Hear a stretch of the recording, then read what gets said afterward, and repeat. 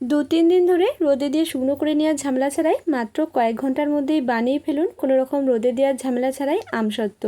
এই পাকা আমের আমসত্ত্বগুলো বানানো যেমন সহজ, খেতে দারুণ লাগে। চাইলে এই পদ্ধতিতে এই পাকা আমের আমসত্ত্ব রেসিপিটি বাড়িতে একবার বানিয়ে দেখতে পারেন। প্রথমেই পাকা আমের আমসত্ত্ব বানিয়ে নেওয়ার জন্য এখানে বেশ কিছুটা পরিমাণে পাকা আম ধুয়ে নিয়ে পরিষ্কার করে মুছে নেওয়ার পর একটা ছুরি দিয়ে কেটে নিয়েছি। আর ছুরি দিয়ে এভাবে লম্বালম্বি এবং আড়াআড়ি করে একটু চৌকো চৌকো করে কেটে নিয়েছি। এতে করে কিন্তু আম থেকে শাঁসটা বের করে নিতে খুবই সুবিধা হয়। তারপর একটা চামচ দিয়ে এভাবে করে আম থেকে শাঁসটা বের করে নিচ্ছি। তো এভাবে করে চাইলে আম থেকে শাঁসটা বের করে নিতে পারেন, কিংবা কেটে নেওয়ার পর শুধুমাত্র চামচ দিয়ে এভাবে করেও বের করে নিতে পারেন। তো আপনাদের ইচ্ছা মতো আম থেকে শাঁসটা বের করে নেবেন। আর যে আঁটিটা ছিল, আঁটিটা থেকেও এভাবে করে দেখুন খোসাগুলো ছাড়িয়ে নেওয়ার পর আলতো করে চেপে চেপে শাঁসটা বের করে নিচ্ছি। আমের আটি এভাবে করে আলতো করে চেপে চেপে আমের আটি থেকে দেখুন পরিষ্কার করে শাঁসটা বের করে নিয়েছি। আর একইভাবে আরও কিছু আম থেকে শাঁস বের করে নিয়েছি। এখানে মোট 1.5 কেজি মতো আমের শাঁস বের করে নিয়েছি। এবার একটা মিক্সার জারের মধ্যে এখান থেকে পরিমাণ মতো আমের শাঁস নিয়ে নিচ্ছি আর মিক্সিতে মিহি করে বেটে একটা পেস্ট তৈরি করে নিচ্ছি।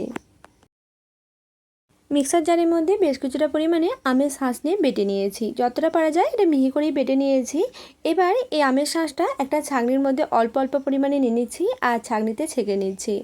মিক্সিতে বেটে নেওয়ার পরও অনেক সময় পাকা আমের মধ্যে ছোটো ছোটো লোম ভাব থেকে যায়, এগুলো যাতে কোনো রকম না থাকে তার জন্য ছাঁকনিতে দেখুন আমের শাঁস দিয়ে দিচ্ছি আর চামচ দিয়ে এভাবে করে নাড়াচাড়া করে শাঁসটা খুব ভালোভাবে ছেঁকে নিচ্ছি। একইভাবে সব বেটে নেওয়া আমের শাঁসটা ছেঁকে নিয়েছি। আর ছেঁকে নেওয়ার পর দেখুন বন্ধুরা, আমের যে ছোটো ছোটো লোমভাবগুলো ছিল সেগুলো কিন্তু অনেকটা পরিমাণেই ছিল। এগুলো আমসত্ত্ব তৈরি হয়ে যাওয়ার পর যখন মুখে পড়বে খেতে কিন্তু খুব একটা ভালো লাগবে না। তার জন্য আমের শাঁসটা বেটে নেওয়ার পর এভাবে করে ছেঁকে নেওয়ারই চেষ্টা করবেন। আমের এই শাঁসটা ছাঁকনিতে ছেঁকে নেওয়ার পর এই আমের শাঁসটা দেখাচ্ছি দেখুন বন্ধুরা, এর মধ্যে কিন্তু কোনো রকম আমের লোম ভাব নেই আর কোনো রকম শক্ত ভাব নেই। এবারে আমের শাঁসটা কড়াইয়ের মধ্যে ঢেলে নিচ্ছি। আর আমটা যেহেতু মিষ্টি রয়েছে তার জন্য এখানে পরিমাণ মতো চিনি নিয়ে নিচ্ছি। আমরা যেহেতু অনেকটাই বেশি মিষ্টি তার জন্য এখানে 250 গ্রাম মতো চিনি দিচ্ছি। তো আমটা মিষ্টি কিংবা টক তার উপর নির্ভর করে কিন্তু এখানে চিনিটা ব্যবহার করবেন। এর সাথে এর মধ্যে দিয়ে দিলাম 1/2 চামচ মতো লবণ, সাথে এর মধ্যে দিয়ে দিচ্ছি 1/2 চামচ মতো কাশ্মীরি লঙ্কা গুঁড়ো। কাশ্মীরি লঙ্কা গুঁড়োটা দিলে খুব তাড়াতাড়ি কিন্তু আমসত্ত্বর মধ্যে কালারটা চলে আসে, দেখতে কিন্তু খুবই ভালো লাগে। তো কাশ্মীরি লঙ্কা গুঁড়োটা সম্পূর্ণ অপশনাল, চাইলে এটা নাও দিতে পারেন। এবারে লবণ, চিনি এবং কাশ্মীরি লঙ্কা গুঁড়ো খুব ভালোভাবে এই আমের শাঁসের মধ্যে মিশিয়ে নিচ্ছি।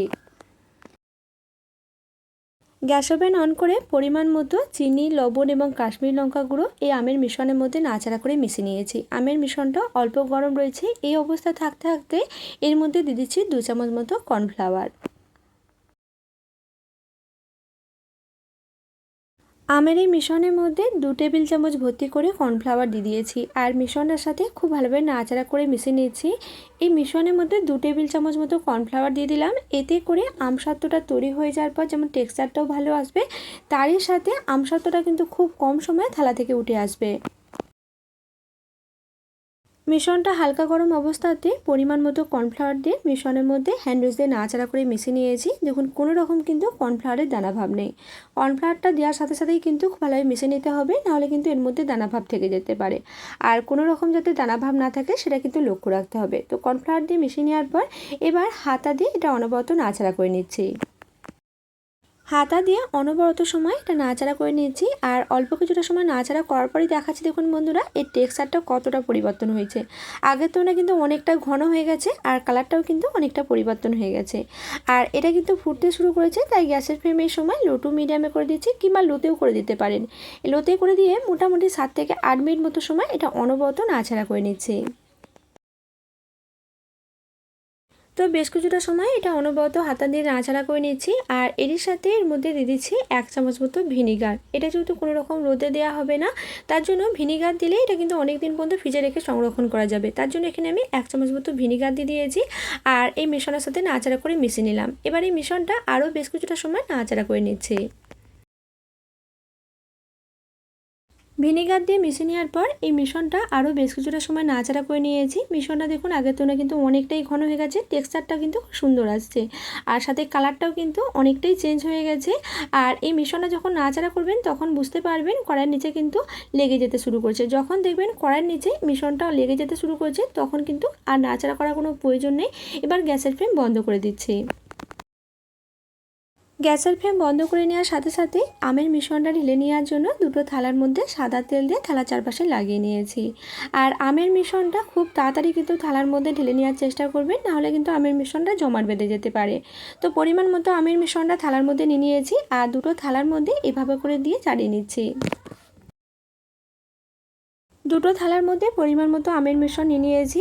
আর আমসত্ত্বগুলো একটু মোটা বানাবো, তার জন্য এখানে বেশি পরিমাণে আমের মিশ্রণ ঢেলে নিচ্ছি। আপনারা চাইলে এই আমের মিশ্রণটা 4টে থালার মধ্যেও চাড়িয়ে নিতে পারেন, সেক্ষেত্রে আমসত্ত্বগুলো একটু পাতলা করে তৈরি হবে।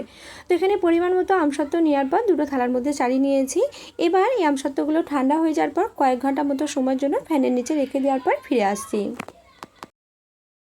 তো দুটো থালার মধ্যে পরিমাণ মতো মিশ্রণ চাড়িয়ে নিয়ে এগুলো ঠান্ডা করে নেওয়ার পর কয়েক ঘন্টা সময় ফ্যানের নিচে রেখে দিয়েছিলাম। তারপর এগুলো দেখাচ্ছি, দেখুন বন্ধুরা এগুলো কতটা সুন্দরভাবে উঠে যাচ্ছে। তো যাদের বাড়িতে কোনো রকম রৌদ্র আসে না আর গরমকাল, এই সময় কিন্তু সকলের বাড়িতেই কিন্তু ফ্যান চলে, তো ফ্যানের নিচে কয়েক ঘন্টা মতো সময় এভাবে করে তৈরি করার পর রেখে দিলে দেখবেন খুব সুন্দরভাবে এই আমসত্ত্বগুলো তৈরি হয়ে যাবে। তবে আমি এখানে আমসত্ত্ব একটু মোটা বানিয়েছি, পাতলা করে দিলে কিন্তু অনেকটা কম সময় কিন্তু এগুলো শুকনো হয়ে যায়। তো এই আমসত্ত্বগুলো তুলে দেখাচ্ছি, দেখুন দেখতে কতটা সুন্দর লাগছে, কতটা লোভনীয়, তেমনই টেক্সচারটা কতটা সুন্দর আসছে। এবার এই আমসত্ত্ব থালার মধ্যে সাইজ মতো করে চৌকো চৌকো এবং লম্বা লম্বি সাইজ করে কেটে নিচ্ছি। তো আমসত্ত্বগুলো তুলে দেখাচ্ছি, দেখুন বন্ধুরা টেক্সচারটা কতটা সুন্দর হয়েছে। আর কোনো রকম রোদে দেওয়ার ঝামেলা ছাড়াই এইভাবে আমসত্ত্ব আপনিও বানিয়ে দিতে পারেন। তবে এভাবে করে বানিয়ে আপনারা ফ্রিজের মধ্যে বছরভর সংরক্ষণ করতে পারেন। আর যদি এগুলো ফ্রিজ ছাড়া সংরক্ষণ করতে চান, সেক্ষেত্রে রোদে 1 থেকে 2 দিন মতো সময় শুকনো করে নিতে হবে, তাহলে কিন্তু এগুলো ফ্রিজের বাইরেও খুব ভালো থাকবে। তো এভাবে করে একবার বাড়িতে আমসত্ত্ব বানিয়ে দেখুন। আর রেসিপিটি কেমন লাগলো অবশ্যই কমেন্ট করে জানাতে ভুলবেন না। আজকের মতো ভিডিওটা এখানেই শেষ করছি।